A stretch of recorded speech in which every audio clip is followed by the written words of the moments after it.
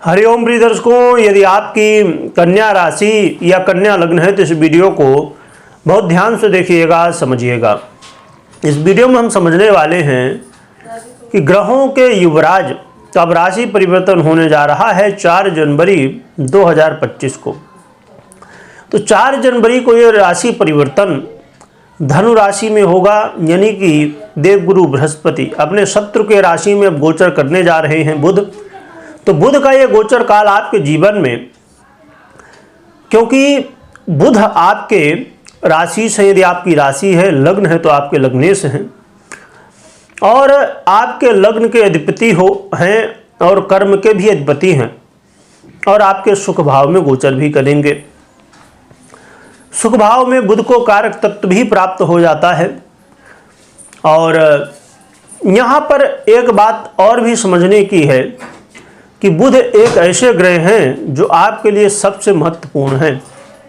इनका परिवर्तन जो कि जल्द से जल्द होता रहता है, 20 से 25 दिन में इनका परिवर्तन होता ही रहता है।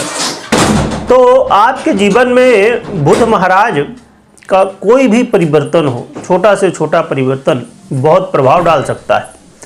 आइए समझते हैं, जानते हैं। एक बात और भी यहाँ पर ध्यान रखिएगा कि ये बुध का जो गोचर काल है, ये किसी ग्रह से दृष्ट या युत नहीं है। जो कि देवगुरु बृहस्पति की राशि में है उसका प्रभाव होगा, परंतु अन्य ग्रहों का नहीं है। ये बहुत अच्छी बात है। तो बुध का ये परिवर्तन इन 20 दिनों में आपके जीवन में खासकर देखा जाए तो आपको कार्य क्षेत्र को लेके लाभ की स्थिति देंगे। कार्य क्षेत्र को लेके यदि आप परेशान थे, समस्याएं चल रही थी कार्य क्षेत्र को, यानी कि जॉब को लेके, तो यहाँ पर राहत देखने को मिलेगी। जॉब से संबंधित लाभ देते हुए दिखाई देंगे बुध महाराज। यहाँ पर आपके कार्य क्षमता में वृद्धि भी होगी और सरकार से जुड़े हुए कामों में भी आपको लाभ दिलवाएंगे। परंतु कुछ सावधानियां हैं जो कि बहुत ही महत्वपूर्ण हैं।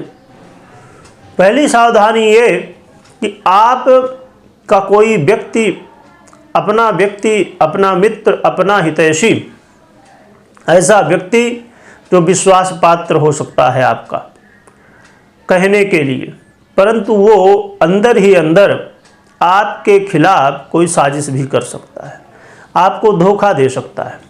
इसलिए विश्वास तो करना ही चाहिए, परंतु साथ में नज़र भी रखना चाहिए कि क्या कैसा चल रहा है, क्या कैसा नहीं है।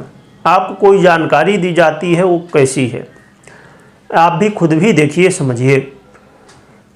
इस समय विशेषकर आपको प्रॉपर्टी से संबंधित, जैसे घर खरीदना चाहते हैं, ज़मीन खरीदना चाहते हैं या अन्य ज़मीन से संबंधित कार्यों को करने से बचना चाहिए। आपको गाड़ी, वाहन, लग्जरी, इन सब चीज़ों से संबंधित चीज़ों से खरीदने से, बेचने से, इनसे संबंधित कोई भी काम करने से आपको सावधानी बरतनी चाहिए, क्योंकि इन कामों में हो सकता है कि आपको बताया जाए कुछ और हो रहा हो कुछ। बताया गया कि भैया ये प्रॉपर्टी 50 लाख की है 40 लाख की है और 10 लाख रुपए तो भाई लूट ले गया। तो इसलिए आपको बहुत सावधान, या डॉक्यूमेंटेशन में कोई प्रॉब्लम हो गई या किसी भी तरह, तो इसलिए आपको बहुत सोच समझ के इन कामों को करना है। अब एक बात और भी यहाँ पर होती है कि बहुत सारे ऐसे लोग हैं कि जो यही काम ही करते हैं, जैसे कि डीलर हो गए, है ना, प्रॉपर्टी ब्रोकर हो गए, बिल्डर हो गए, गाड़ी वाहन के डीलर हो गए, और भी ऐसे बहुत सारे कार्य। तो आपके लिए ज़रूरी है कि आप जो भी करें, ऐसा नहीं कि अब समझ लीजिए कि आप ब्रोकर हो तो आप जब इन 20 दिनों के बीच में आपके पास कोई डील आई तो आप करेंगे ही नहीं। करिए, परंतु बहुत सोच समझ के, रिसर्च करके, फिर जब लगे कि हाँ भैया सब सही है तब करिए। इसके अलावा जो लोग पब्लिक से संबंधित काम करते हैं, लोगों से जुड़े हुए काम करते हैं, उन लोगों को भी सावधानी बरतनी चाहिए। जो लोग विदेश से स्वदेश आने के लिए प्रयासरत थे, उनके लिए थोड़ी सी मुश्किलें बढ़ सकती हैं, थोड़ी सी समस्याएं हो सकती हैं। इस समय कई बार क्या देखने को मिलेगा कि आप जो निर्णय लेंगे वो कहीं ना कहीं गलत साबित हो सकते हैं। मानसिक तनाव की वृद्धि, मान सम्मान में कमी भी देखने को मिल सकती है। जो कि आपके लग्नेशी हैं तो प्रयास करेंगे कि समस्याएं ना हो, परंतु फिर भी जब ग्रह स्थितियाँ अनुकूल नहीं होती हैं तो कई बार समस्याएं ना चाहते हुए भी हो जाती हैं। तो देखा जाए तो इन विषयों से संबंधित आपको सावधानियां रखनी चाहिए, जो कि आपको अपने जॉब को लेके, करियर को लेके अच्छी स्थितियां हैं, वहां पर आपको लाभ होता हुआ दिखाई देगा। तो ये कुछ प्रभाव रहेंगे बुध महाराज के। परंतु आइए अब हम जान लेते हैं कि उपाय हमें क्या करना चाहिए, जिन उपायों को करके हम और भी अच्छे परिणाम प्राप्त कर सकें। उपाय की बात की जाए तो आप भगवान गणपति की आराधना करिए और साथ में गौ माता की सेवा भी करिए, इससे आपका कल्याण होगा।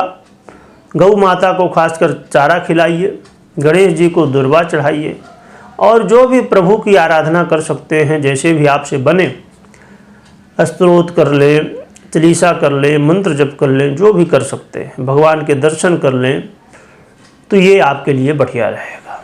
खासकर यदि कोई आसपास मंदिर हो भगवान गणपति का, वहाँ जाएं और दर्शन करें तो और भी अच्छा रहेगा आपके लिए।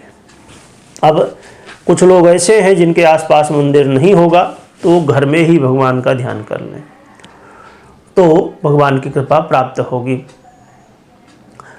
और हमेशा ध्यान रखिए कि कोई भी निर्णय ले रहे हैं तो पहले अपनी पर्सनल जन्म कुंडली का विश्लेषण अवश्य करवाइए, इसके बाद ही निर्णय लीजिए। क्योंकि ये गोचर है, गोचर डिपेंड होता है जन्म कुंडली के ऊपर और जन्म कुंडली होती है डिपेंड गोचर के ऊपर, यानी दोनों का 50-50 हाथ होता है। तो इन बातों का ध्यान रखिएगा।